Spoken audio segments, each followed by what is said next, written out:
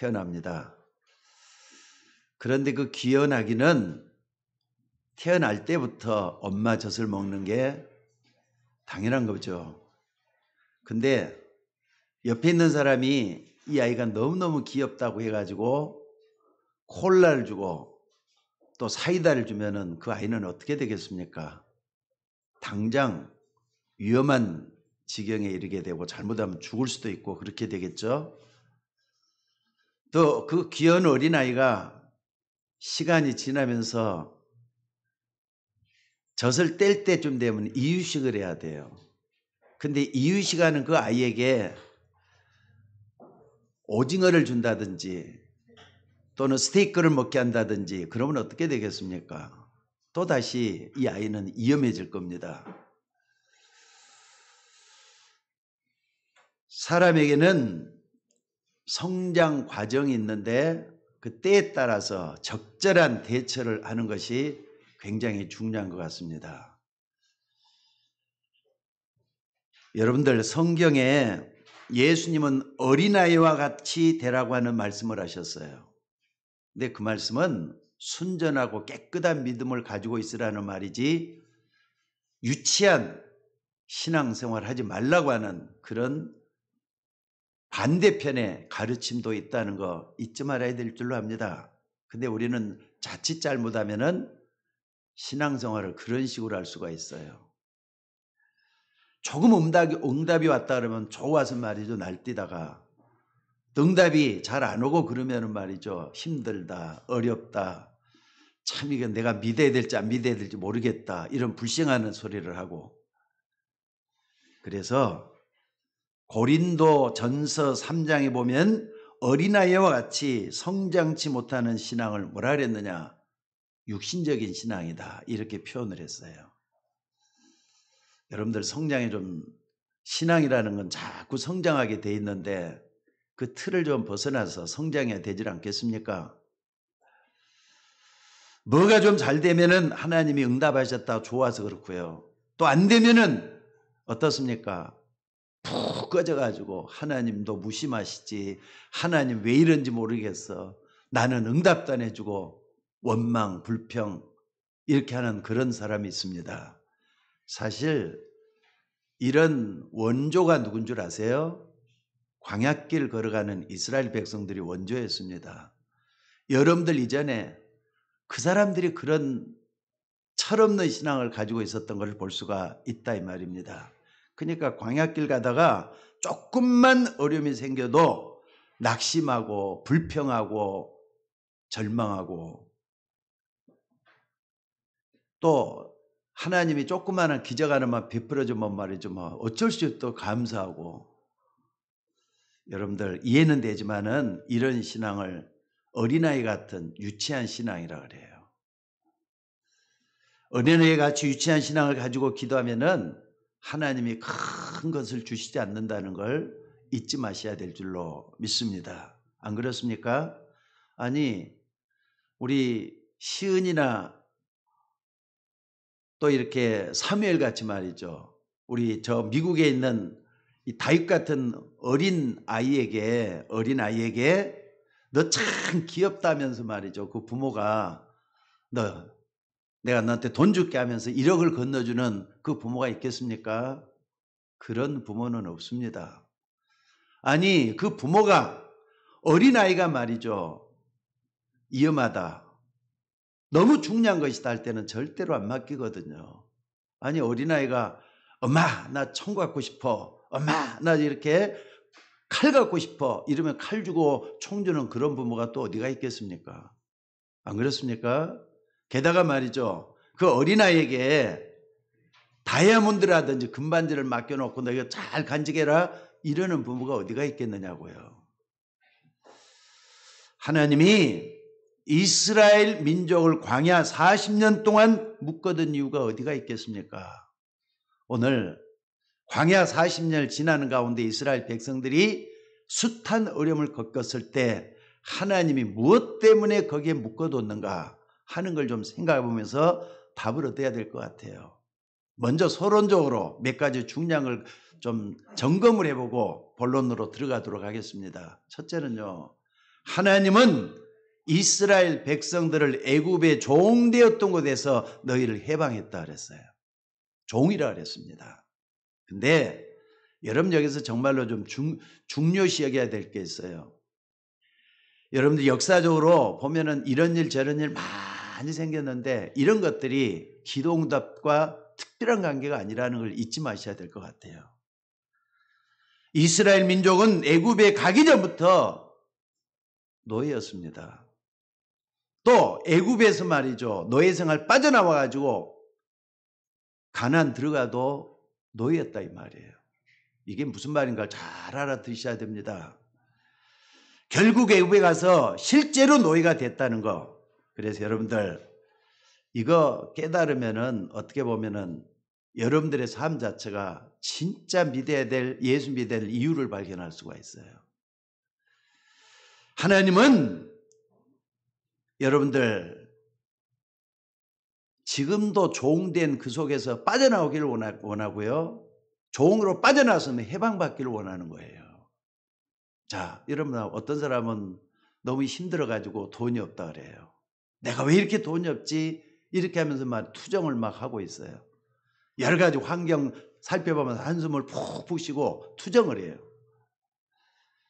근데 하나님은 그 사람을 축복하시고 그 사람에게 무너져 있는 그 부분을 고치고 세우려고 돈을 안 주는 것이라고 생각을 해야 되는데 자꾸 돈 없는 그것만 가지고 하나님께 투정을 부리고 있다 이 말이에요. 그게 어린 신앙 아니고 뭡니까? 그게 유치원 신앙 아니고 뭡니까? 여러분 이 부분만 확립되면은 여러분들 하나님은 모든 걸 쏟아부을 것 같아요. 근데 확립이 안 되면은 아무리 돈을 많이 줘도 소용이 없는 거라는 거 잊지 마셔야 돼요. 여러분들 이스라엘 민족이 애굽에 노예되기 전에도 노예였다니까요. 애굽에서 노예에서 빠져나왔는데도 불구하고 지금도 노예란 말이에요. 그게 뭔가 애굽에서 나왔음에도 불구하고 뭡니까? 사단의 노예예요. 구원받지 못했으면 사단의 노예라니까. 여러분 구원받았으면 사단의 노예 상태에서 벗어난 겁니다. 맞습니까? 여러분이 이 중요한 것을 깨닫게 하려고 이스라엘 백성들을 40년 동안이나 광야에 묶어놓으신 것입니다. 여러분 이게 무슨 말인가 정말 알아들으셔야 돼요. 나에게 왜 이런 문제가 많이 생깁니까? 많이들 질문합니다. 사실 이렇게 하면서 마음으로는 탄식이 나오겠죠.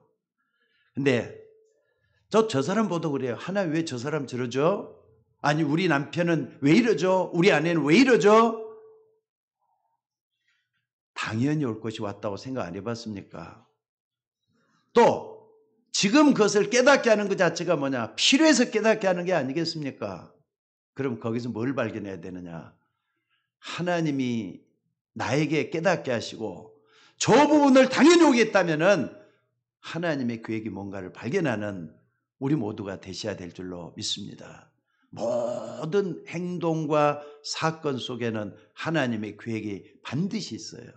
하나님의 뜻이 반드시 있다는 거 잊지 마셔야 될 줄로 믿습니다.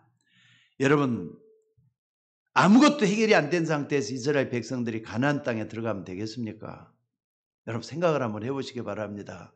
하나님은 무엇 때문에 이스라엘 백성들로 하여금 가나안 땅에 들어가지 못하고 광야 생활을 40년 동안 하게 했겠느냐 이 말이에요. 아니 솔직히 말해 해변길을 해서 가게 하면요 일주일이면 갈 수 있는 거리예요. 근데 40년 동안 돌고 돌아서 말이죠 방황하게 만들다가 광야를 방황하게 만들다가 갔단 말이에요. 그러니까 여러분들 내가 광야 생활하고 있다 불평하고 원망하고 한숨 쉬고 그게 바로 광야 생활이라는 증거예요. 여러분들이 여러분 자신을 좀 보면서 하나님 앞에서 나를 돌아볼 수 있는 여러분들이 되셔야 될 줄로 믿습니다. 그리고 두 번째는 뭐냐? 이스라엘 백성을 40년 동안 묶어둔 이유는 이제 종에서 풀려났으면은 해방받아야 되잖아요. 그것도 완전 해방. 어디에서? 오직 복음으로 완전히 해방받으라는 것이라 이 말이죠. 여러분 절대로 복음이 아니고는 사단을 이길 수 없음을 인정하시기 바랍니다. 그래서 천하 인간의 구원 얻을 만한 다른 이름을 우리에게 주신 적이 없다 그랬어요. 전 세계 지금도 정신병동으로 만들어가고 있는 이 사단을 우리 인간은 이길 수가 없습니다. 영적 존재 중에 최고의 존재가 저 어둠 속에서는 흑암이잖아요. 사단이잖아요. 날이 갈수록 재앙이 거세게 나타날 것인데 복음 아니고는 그 재앙을 이길 수가 없다는 걸 잊지 마시기를 바랍니다. 게다가 수시로 불안한 게 찾아들고 또 뿐만 아니라 초조하고 원망하고 불평하고 이런 지옥 배경은 복음이 아니고는 근본적으로 치료될 길이 없어요. 그래서 완전 복음으로 해방받도록 하기 위해서 광야 40년을 지금도 지나가게 하고 있다 이 말이에요. 여러분 광야 40년은 꼭 40년입니까? 어떤 사람이 10년 만에 끝나는 사람도 있어요. 그런데 어떤 사람은 80평생을 아니 100살 되도록까지 광야 생활하는 사람도 있다는 거 잊지 마셔야 돼요.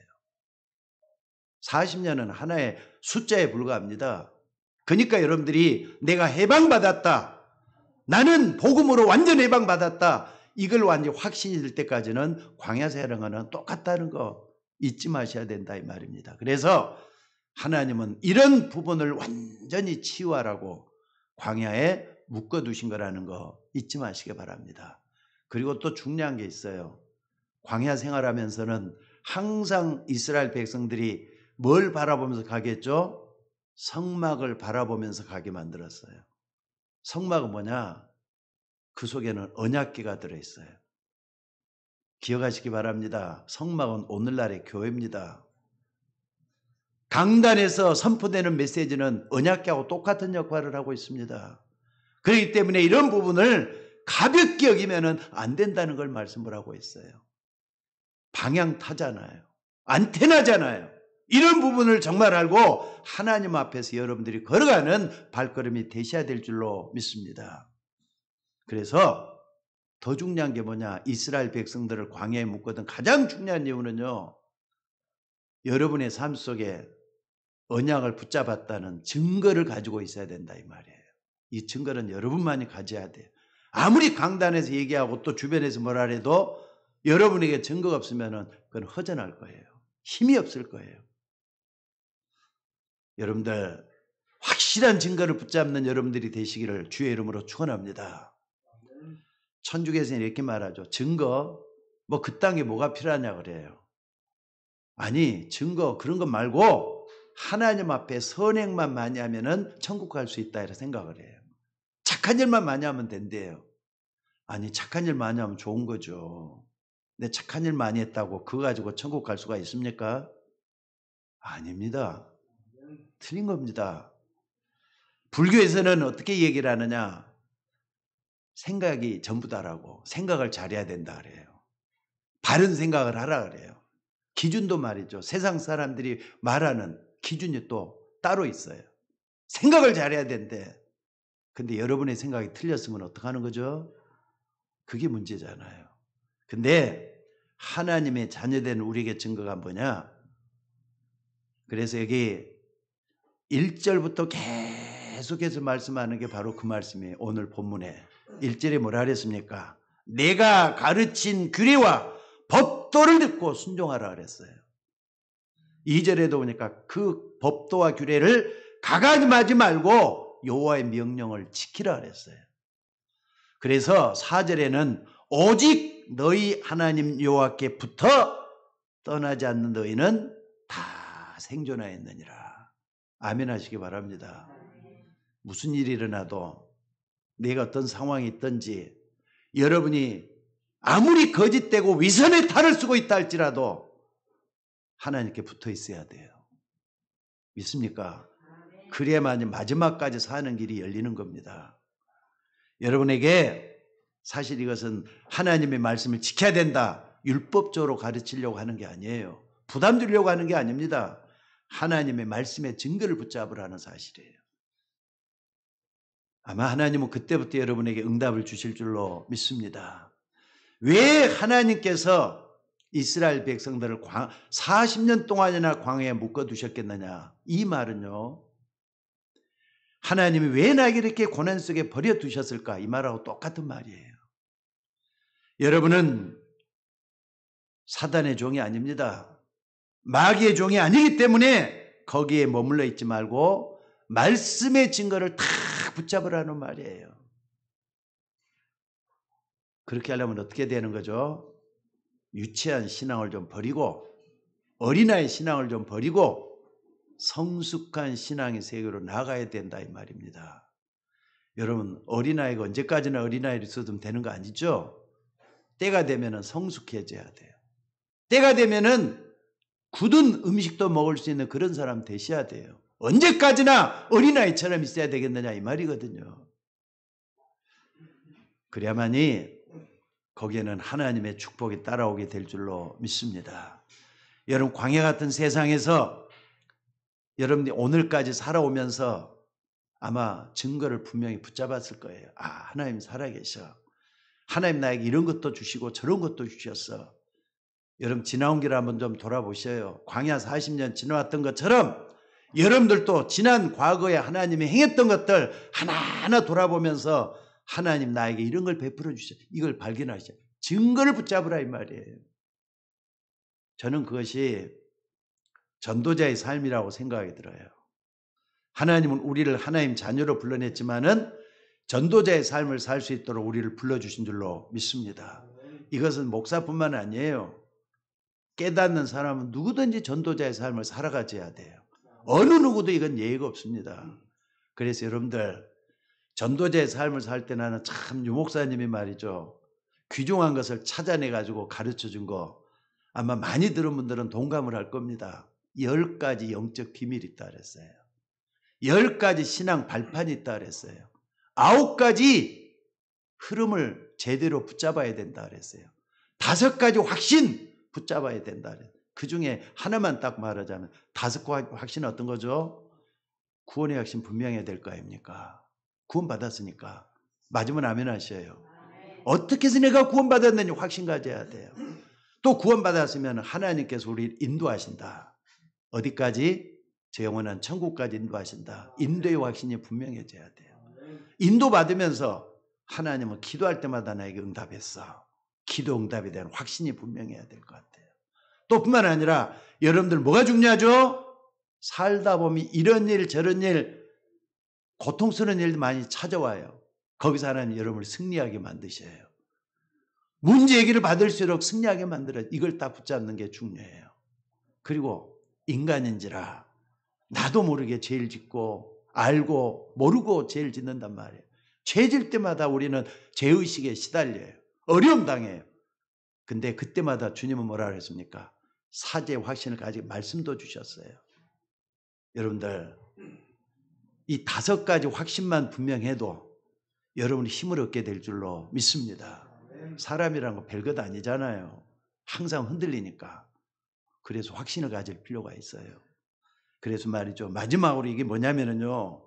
하늘 보좌의 힘을 누리는 성막, 다시 말해서 교회, 이것을 알려주셨어요.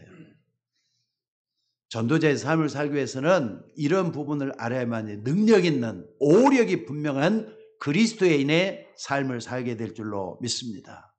저는 이걸 찾으라고 이스라엘 백성들로 하여금 광야에 묶어둔 것이다 이렇게 생각이 들어요.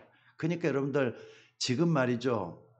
많은 것을 찾아냈는데 여러분 그것을 여러분 것으로 삼았으면 좋겠어요. 그냥 말로만 따라가지 말고 이런 부분을 정말 붙잡고 기도하는 여러분들이 되셔야 될 줄로 믿습니다. 만약에 여러분들이 세상을 살아가면서 이 증거를 붙잡고 여러분의 삶 속에 실천이 된다면은 하나님의 엄청난 축복이 따르게 될 줄로 저는 믿습니다. 자, 그렇다면은 우리가 광야 같은 세상에서 오늘 또 하나님은 어떻게 하라는 겁니까? 여러분들 광야 같은 세상을 살아나가고 있는데 오늘 내가 뭘 해야 되는 거죠? 첫째는요. 오늘 본문을 기록한 게 신명기예요. 신명기는 모세 5경 중에 하나죠. 근데 그 중에 신명기라고 딱 했을 때는 하나님의 말씀을 명령했다는 말이거든요. 그러니까 여러분들 이게 뭔가를 꼭 기억하셔야 돼요. 신명기에서는 한마디로 말하자면 각인시키라는 거예요. 여러분의 마음과 생각 속에 하나님의 말씀을 각인시키고 가장 중요한 게 뭡니까? 구원의 확신. 이거 갖도록 하기 위해서 구원의 말씀으로 각인시키는 게 중요하다는 뜻이에요. 우리 인간에게 끝없이 다가오는 영적 문제 해결할 하나님의 역사를 각인시키라는 거예요. 여러분 이게 아니면은요 대통령이라도 막이란 놈이 그 사람을 가지고 흔들어요. 안 그렇습니까? 윤석열 씨 보니까 참 일을 잘하시는 것 같던데 뭐가 문제냐? 술을 그렇게 좋아하더라고요. 술을 좋아한다는 그 자체는 벌써 뭔가 함정이 있다는 뜻이에요. 언제든지 넘어갈 함정이 있다는 뜻이에요. 그렇기 때문에 여러분들이 꼭 기억을 해요. 대통령이라 할지라도 흑암을 빗겨나갈 수는 없어요. 그렇기 때문에 뭘 해야 되느냐? 하나님의 역사를 보면서 구원의 축복 이것을 여러분 속에 각인하는 게 필요해요. 어떤 장로님한테 이런 고백을 좀 들은 적이 있습니다. 이 장로님은 청년 때 말이죠. 월남전에 나가가지고 전쟁을 해서 돌아온 사람인데 이 사람이 어쩌다 말이죠. 회장이 됐더라고요. 회장이 돼갖고 있는 그분을 언젠가 만난 적이 한 번 있었어요. 근데 그분이 전쟁에 나가서 월남 파병 가가지고 말이죠. 그러니까 1960년대죠. 그러니까 파병을 가가지고 거기서 진짜 기도를 해봤다는 거예요. 왜 그랬냐면은 한참 이렇게 젊은 시절에 전쟁을 하는데 총을 가지고 나가서 전쟁하려는데 빼뚱하고 싸움을 할 거 아니에요. 근데 바로 옆에서 같이 둘이서 2인 1조를 갖고 나가는데 바로 옆에 있는 동료 전우가 말이죠. 머리에 총을 맞고 그 자리에서 즉사해 버린 거예요. 그때 이 장로님이 어떻게 생각을 했느냐면요. 갑자기 스쳐가는 게 나도 저 친구처럼 죽을 수가 있겠구나 이런 생각이 들면서 그 과정이 딱 지나가는 가운데서 하나님을 찾게 됐답니다. 나도 이렇게 언젠가 하나님 부르면 가야 되겠구나. 물론 믿는 사람이에요. 그러면서 진짜 기도를 거기서 그 전쟁통에 했다는 거예요. 왜냐하면 자기 인생을 자기 모든 걸 맡기는 기도를 한번 한 것 같아요. 그렇게 하다 보니까 어떻게 됐느냐. 놀라운 일들이 너무 많이 벌어졌다는 거예요. 근데 거기서 말이죠. 전쟁에 나갔을 때 그 장군이라고 하는 분이 있고 이분도 아마 장교였던 것 같아요. 장군으로 계셨는데 이 장군이 이 장로님한테 어느 날 전화가 와가지고 한번 만나자 그러더래요. 그래서 만나서 얘기를 하는데 나하고 사업을 할 생각이 없느냐예요. 물론 이제 다 이제 전쟁을 끝내고 한국에 들어왔을 때겠죠. 그래서 마침 이제 이분도 이제 여러 가지 일거리를 찾고 있는 가운데 있는데 이분이 무슨 전공이 있는가 봐요. 그걸 가지고 그러면 같이 하자고 갖고 했는데 떼돈을 벌었대요. 전쟁 통이 얼마 후였기 때문에. 그래가지고 빌딩도 사고 나중에 어떻습니까? 회장도 되고 큰 축복을 받으면서 뭐 했느냐? 섬기는 교회를 갖다가 거의 혼자 짓다시피 할 정도로 큰 축복을 받았다. 이런 얘기를 해요. 그러니까 이 사람이 언제 변화됐느냐? 친구 옆에서 죽을 때 하나님께 진짜 기도를 했다는 거예요. 여러분들 하나님과의 만남을 통해서 진짜 기도 한번 해보실 생각 없습니까? 하나님 살아계시는데 여러분들 정말로 여러분들이 사단과 재앙과 지옥 배경에서 완전히 건져낸 구원의 축복을 각인시키는 여러분 한번 돼보시기 바랍니다. 해방받은 거잖아요. 해방받은 거잖아요. 여러분들은 그거 딱 됐을 때 하나님 자녀라는 권세가 나타나기 시작한다는 거 잊지 마셔야 돼요. 오늘 7절 8절 말씀에도 보니까 우리 하나님 여호와께서 우리가 그에게 기도할 때마다 우리에게 가까이 하신 것 같이 그 신이 가까이 함을 얻은 큰 나라가 어디 있느냐 그랬어요. 지금까지 어느 나라에 이 하나님의 역사가 있었느냐 그랬습니다. 사실 신명기 기자인 모세가 말이죠. 이 부분을 쓰면서 어떤 생각을 하면 썼을 것 같아요. 아마 당신은 애굽이라는 거대한 나라를 앞에 놓고 이런 생각을 했을 거예요. 애굽에 말이죠. 이스라엘 백성들이 종살이 하고 있었다 그랬잖아요. 지금도 많은 종들이 아마 애굽에 있었을 거예요. 근데 애굽이 지금 역사가 흘렀어요. 수천 년이 흘러가면서 지금 애굽이 보잘것없는 나라가 돼가고 있다는 거 잊지 마셔야 돼요. 또 뿐만 아니라 그 당시에 바벨론, 함무라비 법전까지 만들어냈던 어마어마한 나라가 바벨론이었습니다. 근데 바벨론 나라가 어떻게 됐느냐? 지금 이라크거든요. 지금 이라크국이 여러분 강대국입니까? 후진국입니까? 후진국으로 전락이 돼가고 있어요. 페르시아, 이란이거든요. 파사라고 부르죠. 이란, 석유가 그렇게 많이 나는 그런 나라인데도 불구하고 맨날 이상하게 말이죠. 헛짓거리하고 있는 나라가 이란이에요. 이 나라, 지금까지 지구 역사가 흘러오면서 처음부터 끝까지 강대국으로 남아있는 나라가 있습니까? 없습니까? 없습니다. 신기하게도 강대국은 없어요. 미국이 지금 초대 강국이라 하죠. 미국도 때가 되면은요, 하나님이 버리면은 애국같이 바벨론같이 변하지 않는다 보장이 없어요. 중국 아무리 떠들어도 마찬가지고 또 러시아가 지금 아무리 저렇게 해도 마찬가지예요. 강대국이 없다 이 말이에요. 강대국이 없다. 그래서 하나님이 우리나라 이스라엘을 이만큼 축복하게 있느냐고 이렇게 모세가 묻고 있습니다. 그래서 400년 동안이나 잃어버렸던 거, 없어졌던 거, 그걸 회복해야 된다. 각인시키라. 이게 신명기를 기록한 목적입니다. 여러분, 그렇기 때문에 하나님이 그토록 강조한 구원에 관한 말씀으로 여러분들이 각인되어 있어야 돼요. 어느 정도 각인돼야 되느냐? 여러분 마음과 생수에 뿌리가 내릴 만큼 각인되어 있어야 돼요. 그래서 체질이 돼갖고 나올 만큼 구원의 말씀은 확신이 분명해야 될 줄로 믿습니다.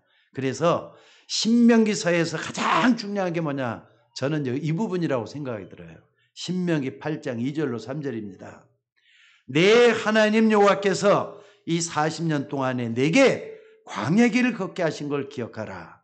그 이유는 너를 낮추시며 너를 시험하사 내 마음이 어떠한지 그 명령을 지키는지 안 지키는지 알려 하심이라.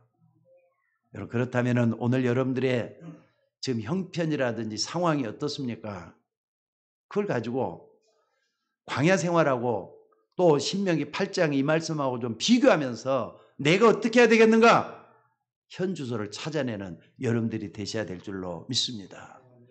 지금도 구원받고 나서도 나름대로의 어려움들 다 가지고 있어요.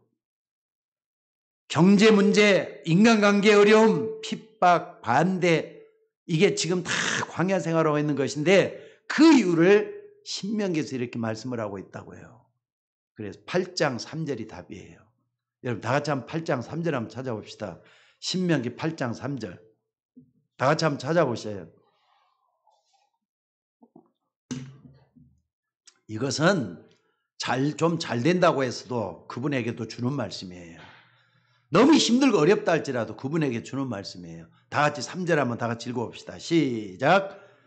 너를 낮추시며 너를 줄이게 하시며 또 너도 알지 못하며 내 조상들을 또 알지 못하던 만나를 내게 먹이신 것은 사람이 떡으로만 사는 것이 아니요 여호와의 말씀으로 사는 줄을 알게 하려 하심이라. 아멘. 예수님이 40일 동안이나 금식하면서 기도했을 때 제일 처음에 마귀가 찾아와서 이 돌 가지고 떡덩이를 만들어 먹으라 할 때 똑같은 말씀이에요. 신명기 8장 3절 4절 이걸 붙잡고 예수님도 말씀을 했죠. 사람이 떡으로만 사는 게 아니라 하나님 입에서 나는 모든 말씀으로 할 거랬다. 믿으시기를 주의 이름으로 축원합니다. 그러니까 여러분들이 하나님의 말씀이 여러분 속에 깊이 파고드는 그런 역사가 일어나져야 될 줄로 믿습니다. 두 번째로 지금까지 하나님의 역사할 뿐만 아니라 여러분이 이걸 체험할 수 있도록 돼야 돼요. 듣기만 하는 것으로 만족해서는 안 된다 이 말이에요. 여러분 것이 돼야 된다 이 말이에요. 그래서 3절에 보니까 아주 중요한 부분을 모세가 지적을 했어요. 뭐라 그랬습니까? 이 3절에 보니까 바알 부올에서 일어난 일을 모르느냐 그랬어요. 바알 부올. 이것은 좀 신학적인 배경이 설명이 좀 돼야 될 것 같습니다. 이스라엘 백성들이 거짓 선지자였던 발람에 꽤 넘어가서 집단으로 이스라엘 백성들이 통째로 말이죠. 뭐 했느냐? 모압 백성이 섬겼던 바알신. 그러니까 부올에게 절을 했다. 바알볼이라는 신이에요. 바알신인데 부올에서 절을 했다 이 말이에요. 그래서 바알볼이란 말을 쓰고 있어요. 게다가 이 뭡니까? 이 바알볼이라는 것은 어떤 거냐? 여사제거든요. 여사제들이 말이죠. 거기서 하는데 성적인 그런 문란한 행동을 통해서 제사를 드리도록 만들어졌는데 이스라엘 거기에 빠져들어가는 거예요. 그러니까 뭐 하느냐?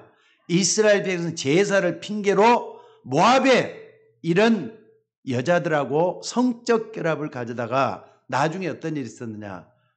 하나님이 진노하셔요. 하나님의 진노로 24,000명이 전염병으로 한꺼번에 그냥 죽게 된 그 사건을 얘기하는 거예요. 여러분들, 하나님이 여러분이 지은 죄악을 말이죠. 끝까지 참고만 계시는 하나님은 아니란 거 아셔야 돼요. 때가 되면은 하나님의 심판의 때도 있다는 거 잊지 마셔야 돼요. 이런 사건을 또는 뭘 해야 되느냐? 하나님이 한번 진노하시면 무섭구나. 이거 체험하라 이 말이에요. 오늘 여러분들 주변에 여러 가지 일들 많이 일어나는데 하나님의 진노를 불러일으킬 수 있는 이런 일을 막아야 될 줄로 믿습니다.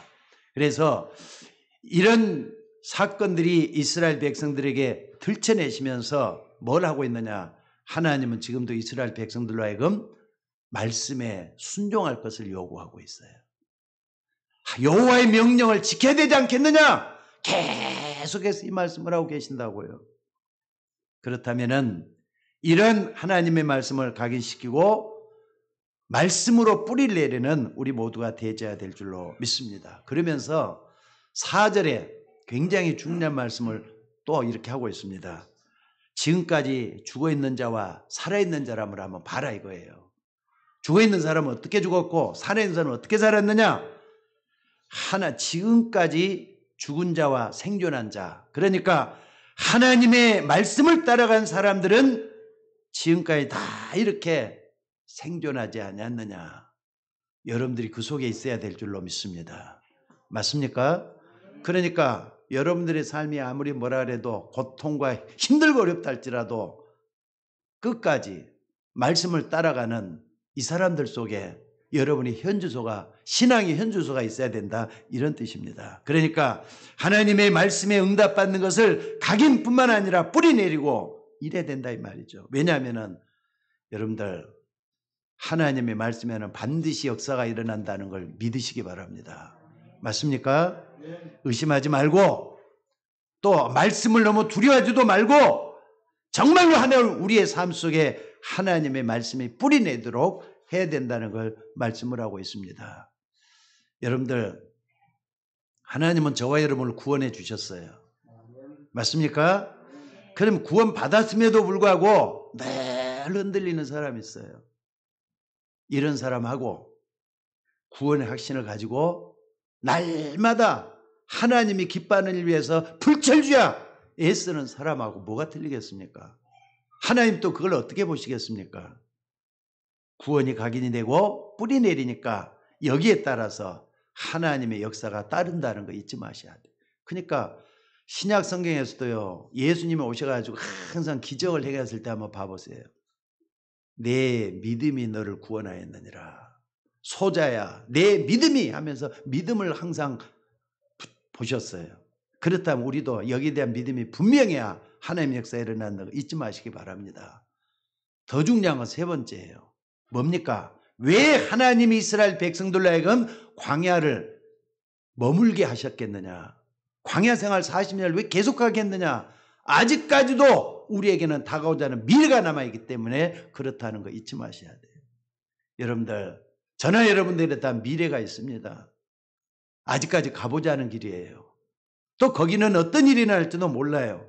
그런데 이 말씀들이, 구원의 말씀들이, 능력의 말씀들이, 축복의 말씀들이 체질이 돼가고 있을 때는 능히 감당하면서 이길 수가 있기 때문에 그렇다 이 말이에요. 그래서 여러분들 구원받은 사람은 조금 어렵다고 해서 낙심하는 거 아니죠. 불평, 불만, 원망하는 거 아니죠. 구원의 능력이 하나님의 말씀으로 늘 각인되어 있어야 돼요. 각인된다는 것은 어떻습니까? 도장 찍는다는 걸 얘기하는 거예요. 난 이 말씀에는 없다. 요 하나만 붙잡고 나가는 거예요. 여러분들 지금까지 인도하신 하나님의 능력의 말씀을 붙잡고 뿌리 내렸다면 하나님은 여러분을 통해서 일하실 것입니다. 잊지 마시고 붙잡을 수 있기 바랍니다. 여러분들 이스라엘 백성들이 언약 붙잡고 어떻게 했죠? 요 말씀 이후로는요 요단을 건넜어요. 또 여리고를 넘어섰어요. 다들 장애물들이잖아요. 근데 말씀을 잡으니까 요단이 이상하게 쉽게 건너가졌어요. 여리고 성도 이상하게 그냥 그 견고한 여리성이 무너졌다니까 말씀 몇 마디로 무너지고 말았어요. 또 아무리 연합군이 쳐들어왔는데 하나님은 우박으로 막아줬어요. 마지막 요새 안악산지 이제 여기만 점령하면은 가나안 땅에 들어갈 수가 있는데 도무지 들어갈 길이 없는 거예요. 마지막 요새거든요. 근데 하나님은 이걸 놓고 나이 많은 80이 넘어가고 있는 사람이죠. 누굽니까? 갈렙이라는 사람을 딱 예비해 놔가지고 갈렙을 통해서 안악산지를 점령할 수 있도록 예비해 놓으신 하나님이시에요. 여러분의 미래는 하나님이 알고 계십니다. 그 하나님께서 우리의 미래길을 인도하기 위해서 오늘도 여러분 끌고 가고 있다는 거 잊지 말라 이 말이에요. 저는 이 말씀이 아무리 봐도 진짜라고 생각이 들어요. 우리의 미래는 아무도 몰라요. 내일 일을 자랑하지 말라. 하루 동안에 무슨 일이 알지 못한다. 언약 붙잡은 사람은 하나님께서 인도하신다는 거 잊지 마셔야 돼요. 너는 범사에 그를 인정하라. 그리하면 그가 내 길을 지도하시리라 그랬어요. 사실 이런 것들이 너무 작고 아무것도 아닌 것 같아도 광야인 동안에 다 만들어지는 것들이에요. 그러니까 광야라는 세상에서 이 모든 것들이 아까도 신명기 8장에서 얘기했지만 너를 단련시키고 너를 훈련시켜서 하나님의 역사를 이루신다는 이 말씀 붙잡는 이 속에 다 들어있어요. 어느 장로님이 이런 간증을 했습니다. 자기가 섬기는 교회가 너무 어렵다고 느껴졌나 봐요. 이것저것 생각을 해보면 우리 교회는 이래갖고 되겠느냐 이런 생각도 해봤다고 합니다. 목사님이 저래서는 안 된다 느껴졌다고 합니다. 이 장로님 고백이에요. 그런데 우리 중직자들이 지금 왜 저러는지 모르겠다 하면서 전부 주변에 있는 중직자들을 쳐다보게 되고 교회 안이 시끄럽고 문제 많고 이런 것만 쳐다보이더라는 거예요. 그러다가 기도하는 가운데 어떤 깨달음이 왔느냐. 아니 내가 장로 아니냐. 내가 은혜 받으면 되는데 내가 지금 뭐하고 있지? 이런 생각이 들더래요. 근데 이런 생각이 딱 들면서 진짜 하나님께 기도 좀 해야 되겠다. 뭘 위해서? 교회를 위해서 기도 좀 해봐야 돼. 이런 생각이 들더라는 거예요. 그래서 새벽 예배부터 이렇게 제대로 한번 기도 한번 해봐야 되겠다 해가지고 꾸준하게 나오면서 교회를 위해서 기도했다고 합니다. 여러분 어떤 일이 생겼겠습니까? 너희는 먼저 그의 나라와 그의 의를 구하라. 그리함이 모든 걸 너에게 더해주시라. 말씀 그대로 역사가 일어났다는 거예요. 자기 사업이나 자기 하는 일이 다 복을 받은 건 물론이고요. 그 장로님 때문에 교회가 부흥하는 기가 일어나면서 많은 사람들이 하나님께로 돌아오는 그런 역사가 일어났었다. 이런 얘기를 제가 들었습니다. 여러분들 구원받은 우리에게도 자꾸 문제가 찾아오고 위기가 찾아오고 또 뿐만 아니라 갈등도 오고 그렇습니다. 여러분 그때마다 우리는 하나님이 나에게 주시는 언약을 붙잡으시기를 주의 이름으로 축원합니다. 성경을 한번 자세히 봐보세요. 성경을 딱 보면요. 문제 안 만난 믿음의 사람들이 단 한 명이라도 있었던가요? 갈등 없던 사람들이 단 한 명이라도 있었던가요? 아니 위기 안 당한 사람들이 한 사람도 없었잖아요. 그때마다 문제가 길이었고 위기가 길이었고 갈등이 새로운 문을 여는 열쇠가 됐다는 거 여러분 그 속에 다 들어있잖아요. 자 그렇다면은 여러분 중에 단 한 명만 정신 차리고 기도해야 될 줄로 믿습니다. 말씀을 제대로 붙잡으라 이 말입니다. 여러분 한 사람이 붙잡은 그 언약은 여러분의 현장, 여러분의 가정, 교회를 살리게 될 줄로 믿습니다. 오늘 하나님의 말씀에 순종을 제대로 한번 해보시기를 주의 이름으로 축원합니다. 하나도 빼지 말고 더하지도 말고 이 말씀을 바르게 한번 붙잡아 보라 이 말이에요. 오늘 말씀의 요지는 이거예요. 말씀 제대로 한번 붙잡아 봐라. 무슨 말씀입니까? 삼저주 사단이에요.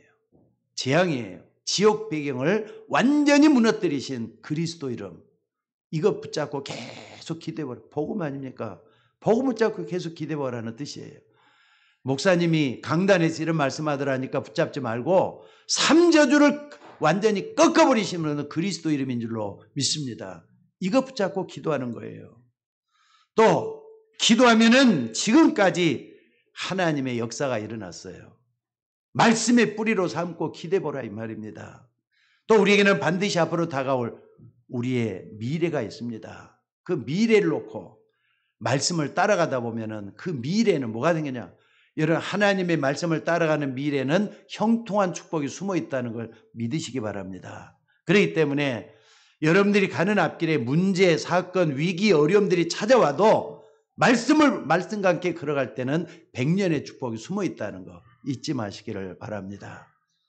오늘 여기 8절까지만 읽었지만은요 10절에도 한번 봐봐요. 뭐라 그랬는가? 하나님은 호렙산에서 불꽃 가운데서 뭘 줬다고요? 증거를 주시지 않았느냐 그랬어요. 말씀을 따라갈 때 하나님 증거를 주신다. 분명히 말씀을 하고 있습니다. 또 13절에도 하나님이 말씀을 돌판에 새기지 않았느냐 그랬어요. 무슨 말입니까? 하나님의 말씀은 절대로 변하는 말씀이 아니라는 거예요.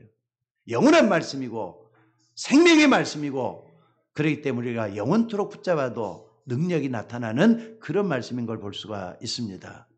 여러분들 믿음의 조상 가운데 이삭을 한번 봐보세요. 이삭은 묵상을 잘했다 그래요. 묵상은 뭡니까? 말씀을 붙잡고 계속 혼자서 하나님과 기도하는 걸 잘했다 그래요. 근데 벌써 그 아버지 아브라함에게서 믿음을 배웠잖아요. 이삭이 계속 기도 안 하는 거예요. 근데 한 해 농사를 지었는데 어떻게 했다 그랬죠? 100배의 축복을 받았대. 가능합니까? 여러분들에게도 그런 축복이 일어나줘야 될 줄로 믿습니다. 그러니까 믿음의 후대들은 더 큰 축복이 남아 있어요. 그렇다면 아브라함과 같은 처음 시작하는 분들은 어떻게 하느냐? 말씀 붙잡고 계속 나가는 거예요. 하나님이 역사할 줄로 믿습니다.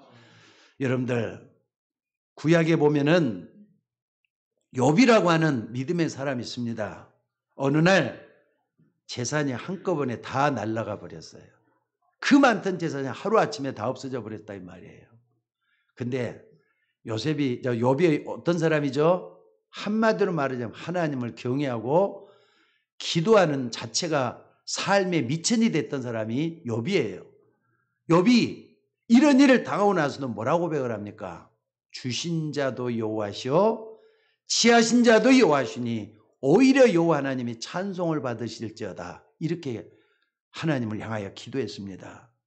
여러분들 그러면서 욥이 뭐라 그러냐? 하나님 이런 일로 인하여 내가 절대로 하나님을 원망하지 않도록 해달라. 이렇게 기도했어요.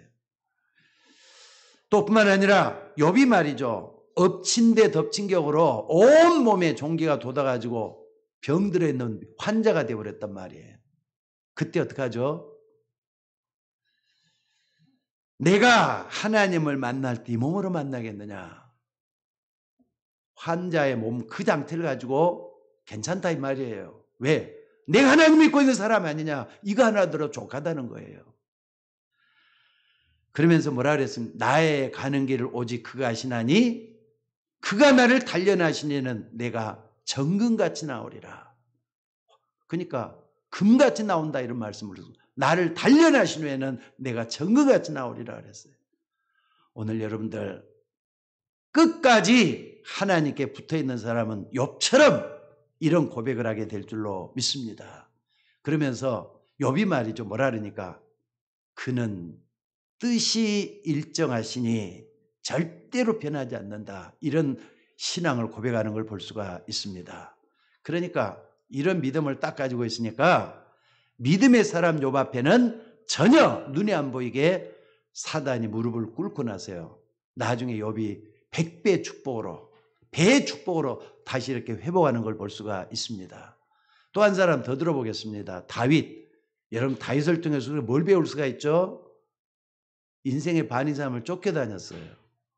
다들 지치고 힘들고 절망하고 위기의 순간이란 말할 수 있어요. 그래도 욥이 뭐라 그랬느냐? 다윗이 뭐라 그랬느냐?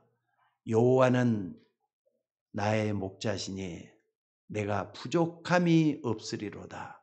그가 나를 푸른 초장에 누이시며 실마른 물가로 인도하신다. 바울 같은 사람은 어떻게 했느냐? 복음 때문에 고난당한 이것이 너무 감사하다 그랬어요. 복음의 중량을 깨닫고 나니까 복음에는 아무것도 귀한 것이 없다고 느끼고 나서 복음이 하나 때문에 감사한다 이렇게 말씀을 했어요. 자, 오늘 결론을 짓겠습니다. 광야길을 걸어가고 있지만은 여러분들 세 가지가 반드시 여러분 것이 되셔야 될 줄로 믿습니다. 구원의 말씀으로 각인시키셔요. 구원의 확신이 분명한 여러분들 되시기를 주의 이름으로 축원합니다. 어디 가도 나는 하나님의 자녀라, 이거 놓치면 안 된다는 뜻이에요. 맞습니까? 마귀의 자녀, 하나님의 자녀 둘 중에 하나입니다. 마귀의 자녀가 아니라면 하나님의 분명히 맞는 거잖아요. 구원의 확신으로 여러분 자신을 정체성을 회복하는 여러분들이 되셔야 될 줄로 믿습니다. 그리고 하나님의 능력의 말씀으로 뿌리를 내리는 여러분들이 되시기를 주의 이름으로 축원합니다. 구원이라는 건 과거로부터 구원을 얘기하는 거예요. 또 현재는 어떻습니까? 사단의 권세를 무력화시키는 게 능력의 믿음이에요. 여러분들 앞에 사단이 무릎 꿇도록 만드는 게 현재 믿음이 되어야 된다 이 말이에요. 그리고 미래는 어떻습니까? 우리 하나님이 다 예비해 놓으셨잖아요. 예비된 길을 따라서 오늘 또 체질된 그대로 걸어가면 쉬워져요. 체질이 되면 쉬워지잖아요. 아마 이게 오세진 집사님이 특별한 기술을 좀 가지고 계셔요. 옛날에 초보자 때는 말이죠. 그냥 뭐가 뭔지를 몰라가고 헤맬 때는 어려웠을 거예요. 지금은 뭐 그냥 뭐 드라이브 하나만 갖고도 뭐 어디 어떻게 뭐 말 몇 마디 뭐 착착착착 고쳐내잖아요. 체질이 돼서 그런 거예요. 신앙의 체질이 되시기를 주의 이름으로 축원합니다. 말씀으로 체질이 되는 날 모든 게 다 쉬워질 수가 있어요. 하나님 역사할 줄로 믿습니다. 자, 결론적으로 다시 한번 이 말씀을 제가 읽겠습니다. 오직 너희의 하나님 여호와께 붙어 떠나지 않는 너희는 오늘까지 다 생존하였느니라. 아멘. 기도하겠습니다.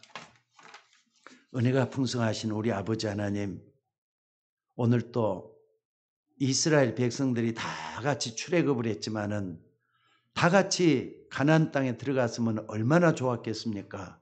그러나 낙오자가 너무 많이 생겨서 저 수만 명이 연병으로 죽었던 그런 역사를 목도했습니다.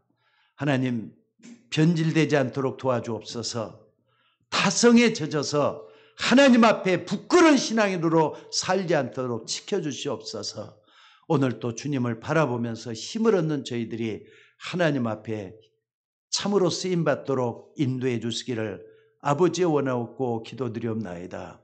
오늘 또 주님 주시는 은혜 안에서 우리 모두가 다 힘을 얻을 수 있도록 주께서 인도하여 주옵소서. 우리를 구원하신 예수님의 이름으로 기도드리옵나이다. 아멘.